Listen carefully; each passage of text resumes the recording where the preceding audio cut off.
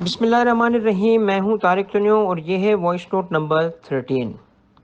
आज के अपने मार्च 11 में डेबिट क्रेडिट नोट्स पे एक सवाल पूछा था, कुछ 4 मार्क्स के लिए। क्वेश्चन कुछ इस तरह था।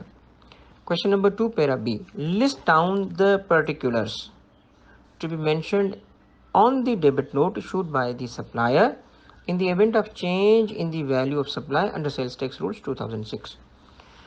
अब इसमें जो इम्पोर्टेंट बात ये है वो ये है कि सप्लायर का डेबिट नोट मांगा गया है। सप्लायर डेबिट नोट कब इशू करता है?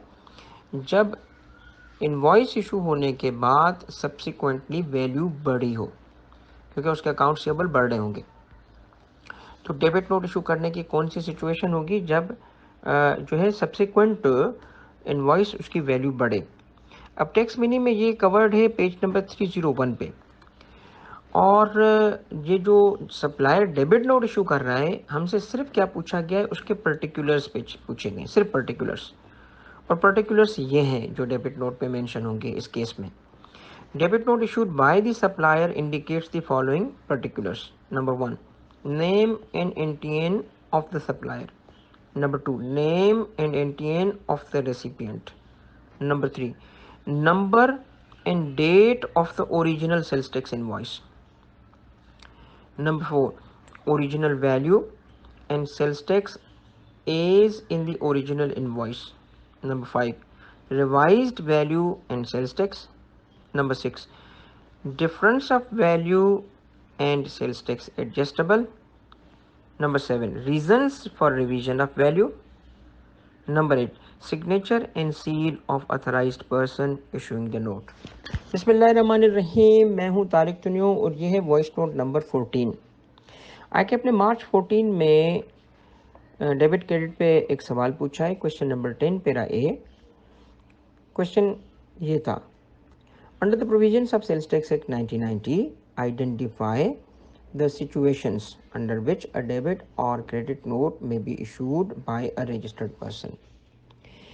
इसमें बेसिकली जो शुरुआती सिचुएशंस होती हैं वो पूछी गई हैं, और ये सिचुएशंस हैं 5। जिन 5 सिचुएशन क्यों कहा गया है? Identify the situations. सिचुएशंस कौन सी हैं?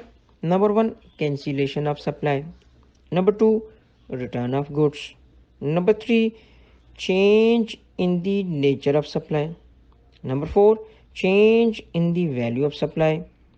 नंबर 5, और सम अदर सच इवेंट। बिस्मिल्लाहिर्रहमानिर्रहीम। मैं हूं तारिक चुनियो और ये है वॉइस नोट नंबर 15। आज के अपने सितंबर 15 में के अटैम्प्ट में क्वेश्चन नंबर 6B पे एक सिनारियो दिया है जिसका ताल्लुक डेबिट क्रेडिट नोट से है।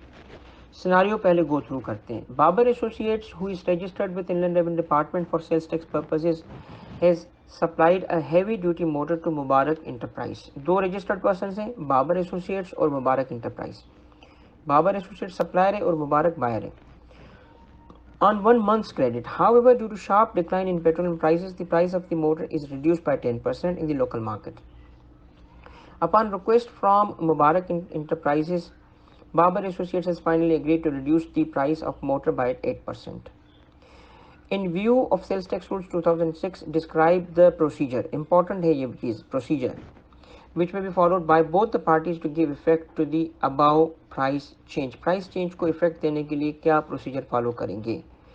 पहली बात तो ये नोट करें कि इनवॉइस इशू होने के बाद सब्सिक्वेंट इवेंट क्या है कि वैल्यू कम हो रही है।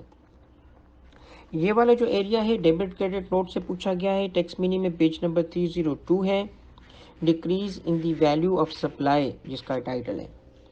इस केस में क्या किया जाता है, क्या प्रोसीजर फॉलो किया जाएगा? सबसे पहले तो सप्लायर क्रेडिट नोट इशू करेगा। सप्लायर की सेल्स रिसीवेबल्स कम हो रही हैं, तो इस वजह से वो क्या करेगा, अपने आउटपुट को भी अकॉर्डिंगली कम करेगा। इसमें चूंकि वैल्यूज गिवन नहीं है तो हम क्या कहेंगे, 8% से, चूंकि 8% से उसकी प्राइस कम हो रही तो 8% से उसका आउटपुट टैक्स भी कम होगा। और जो सप्लायर है अपना क्रेडिट नोट जो उसने इशू किया है, ओरिजिनल कॉपी बायर को भेजेगा, डुप्लीकेट अपने पास रखेगा। बायर के पास जैसे ही क्रेडिट नोट आएगा तो वो एक डेबिट नोट इशू करेगा, और डेबिट नोट की ओरिजिनल कॉपी जो होगी वो भेज देगा तो सप्लायर, और डुप्लीकेट अपने पास रख देगा। ये डॉक्यूमेंट्स की प्रोसीजर होगा। और बायर अगर उस अमाउंट पे जो कि उसने परचेजेस की थी original input tax account for कर चुका है, तो फिर उसे भी ये 8% की रिडक्शन अपने इनपुट में क्लेम करनी होगी।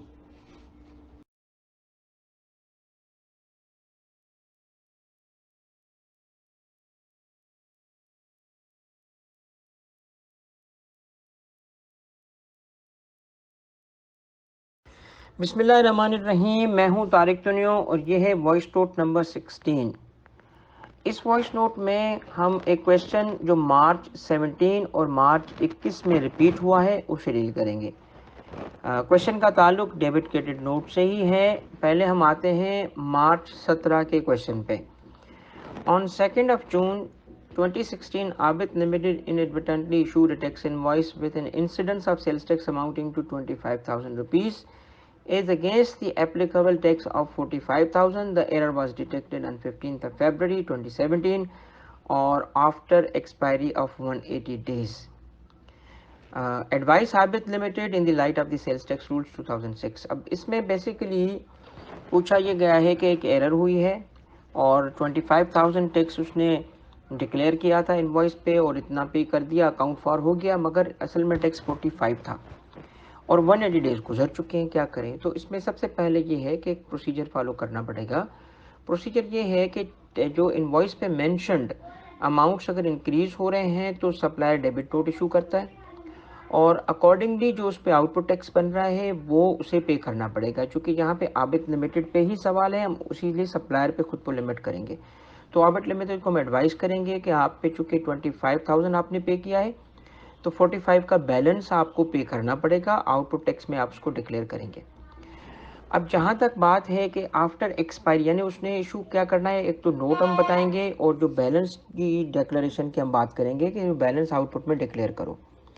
इसमें जो मेन बात है वो ये है कि 180 डेज गुजरने के बावजूद भी डेबिट नोट इशू किया जाएगा और आउटपुट टैक्स को अकाउंट फॉर किया जाएगा। इसकी वजह यह है कि जो 180 डेज की लिमिटेशन है वो सिर्फ उसी वक्त अप्लाई करती है जब किसी सप्लायर का आउटपुट टैक्स कम हो रहा हो। इस केस में उसका आउटपुट टैक्स बढ़ रहा है। अगर इसी केस में उसका आउटपुट टैक्स कम हो रहा होता तो हम कहते हैं कि नहीं भाई 180 डेज गुजर चुके हैं, अब कुछ नहीं हो सकता। मगर चूंकि 25,000 इसने डिक्लेयर किए थे, इस वक्त 45 बताना चाहता है तो 180 डेज की लिमिट अप्लाई नहीं करती। इसे आउटपुट टैक्स में बैलेंस अमाउंट को डिक्लेयर करना होगा, उसको पे करना होगा और साथ में उसको डेबिट नोट इशू करना होगा। अब हम आते हैं ऐसे ही एक सवाल की तरफ जो मार्च 21 में पूछा गया है। यह है question number 7 part B. On 4th of February 2021 it was revealed to Fahad that he inadvertently reported an output sales tax of 27,000 in tax invoice issued on 5th of July 2020 to a customer instead of 72 in his sales tax return for July 2020. In the light of the Sales Tax Act 1990 and rules made thereunder, advise how Fahad can rectify this error after expiry of 180 days. Same चीज़ है, figure सिर्फ different है। हम इसमें फहद को कहेंगे कि जी आपने चूँकि पहले 27,000 पे किया है तो 72 का बैलेंस आपको पे करना पड़ेगा, आउटपुट में डिक्लेयर करना होगा और 180 डेज़ की लिमिट आप पे अप्लाई नहीं करती क्योंकि आपका आउटपुट टैक्स बढ़ रहा है। बिस्मिल्लाहिर्रहमानिर्रहीम, मैं हूं तारिक तुनियो और ये है वॉइस नोट नंबर 17। आगे अपने सितंबर 22 में डेबिट क्रेडिट नोट पे एक सवाल पूछा है, क्वेश्चन नंबर 6 पार्ट बी। इस क्वेश्चन को गो थ्रू करते हैं। Shahji limited SL purchases cosmetic products from Teji Private Limited TPL. In the month of October 21, SL received a consignment of 5,000 units from TPL. On delivery, SL found that 50% of the items were expired and decided to return them. Both SL and TPL are registered under Sales Tax Act 1990 and file sales tax returns on regular basis. Requirement है under the Sales Tax Rules 2006 specify the document which must be issued by SL on return of goods to TPL.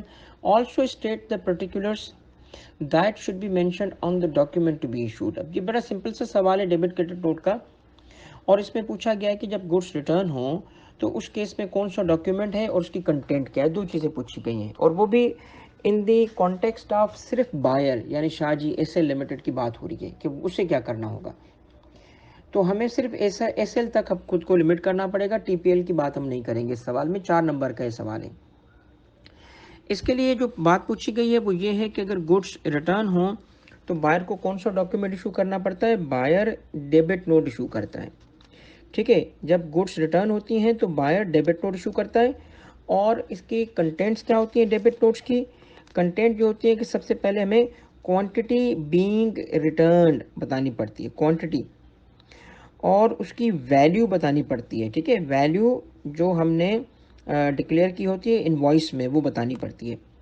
उसके बाद amount of related sales tax जो उस पर था, name and TIN of the recipient, name and TIN of the supplier, number and date of the original tax sales tax invoice, reasons for issuance of debit note, कि debit note क्यों issue कर रहा है buyer. इस case में क्या लिखेगा? इस केस में वो लिखेगा रीज़न कि जी वो एक्सपायर्ड थी 50%, तो उनको वापस किया जा रहा है। और आखिर में signature and seal of the authorised person जो कि उस डेबिट नोट को इशू कर रहा है।